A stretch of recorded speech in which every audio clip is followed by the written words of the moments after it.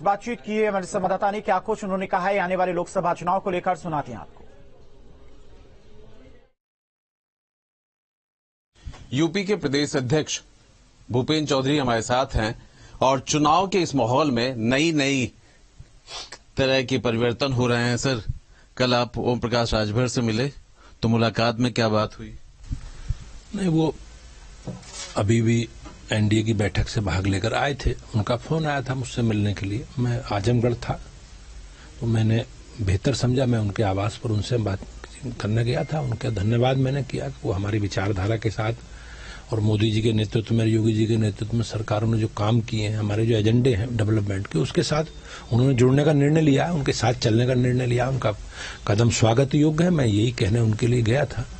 और बाकी उनका भी संकल्प है, हमारा भी, कि हम सब मिलकर, हम एनडीए के रूप में जो भारतीय जनता पार्टी के नेतृत्व वाला गठबंधन है, मोदी जी के नेतृत्व में उत्तर प्रदेश की सारी सीटें जीतने का संकल्प है, तो हम सब मिलकर उसे पूरा करेंगे। सर, ये जो 80 सीटों को जीतने का संकल्प है, इसमें ओम प्रकाश राजभर कितने सटीक हैं? वो कौन से इलाके होंगे जहां आपको लग रहा है कि ये गठबंधन हो जाने से मजबूत हुआ है?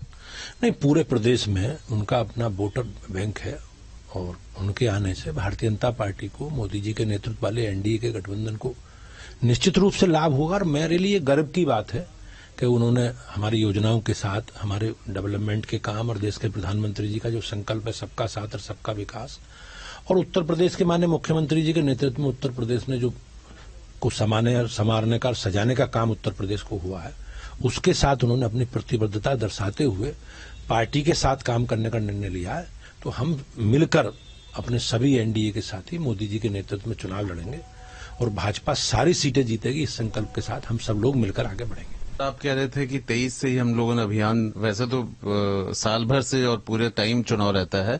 मोदी जी की रैलियां या बड़ी रैलियां कब से शुरू कर रहे हैं? नहीं, देखो, भारतीय जनता पार्टी के जो अपने कार्यक्रम हैं, अभियान है, हमारे विचार से जुड़े विषय हैं, हम लगातार जनता के बीच में रहते हैं। हम सरकार में हैं, हमारी राज्य में भी सरकार है, आप सबके आशीर्वाद से, देश की, प्रदेश की जनता के हिसाब से, और केंद्र में भी हमारी सरकार है। 9 वर्ष हो गए। तो हमने अभी एक बड़ा कार्यक्रम, एक अभियान चलाकर हमने अपनी सरकार का रिपोर्ट कार्ड, सारे सरकार के काम जो हमने कहा, जो किए हैं, वो जनता के बीच में हमने रखे हैं। बात बताइए कि अब्बास अंसारी का जो विवाद है, चूंकि वो गठबंधन के साथी बन गए हैं, क्या आप लोगों पर भी फर्क डालेगा? नहीं, जैसा मुझे ओम प्रकाश राजभर जी का बयान भी आपने देखा होगा, वो समाजवादी पार्टी के नेता थे और गठबंधन की परिस्थिति में उन्हें चुनाव लड़ाया गया है।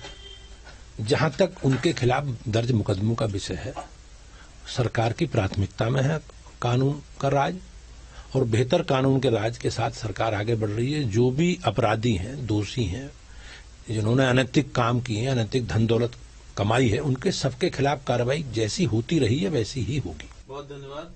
हमारे साथ यूपी बीजेपी के प्रदेश अध्यक्ष भूपेन्द्र चौधरी, जो इस बात को कह रहे हैं कि चुनाव 2024 में होना है, लेकिन उसकी तैयारियां हम 2023 से ही देखना शुरू कर चुके हैं।